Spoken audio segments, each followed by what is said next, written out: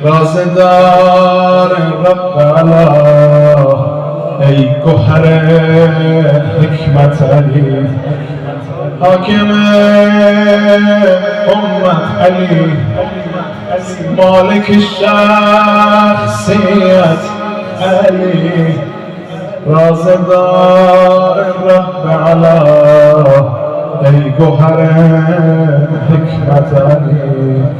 مولا حیدر احزاب و حدید و نجم و انسان حیدر، جانان حیدر احزاب و حدید و نجم و انسان حیدر، سوره سوره آیه آیه قرآن حیدر، حیدر حیدر حیدر حیدر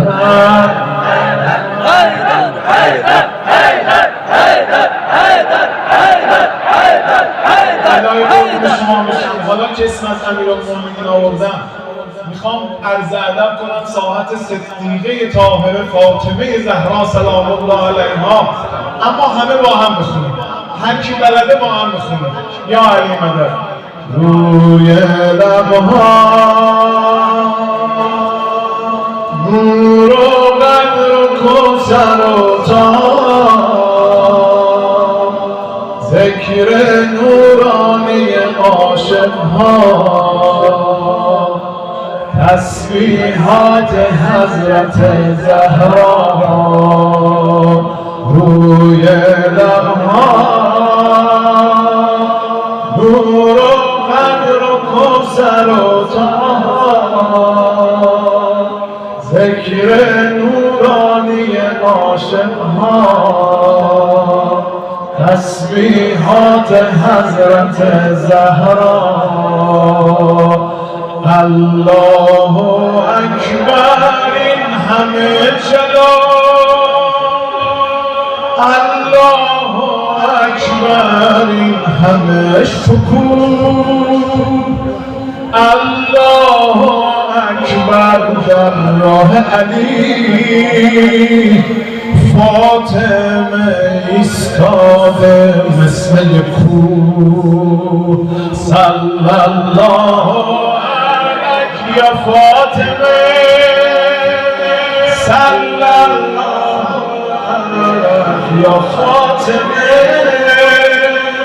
صلی الله صلی الله علیک. میدونم که راز شهادت این اشکان رنگ خدا میگیرم من با تسبیحات حضرت زهرا. الحمدلله که نوکرتم، الحمدلله که نوکرتم، الحمدلله که مادرمی، الحمدلله که نوکرتم، الحمدلله که مادرمی، الحمدلله از بچگی‌ها مادر سایه روی سرمی، صلی الله علیک یا فاطمه، صلی الله علیک جانم، صلی الله علیک.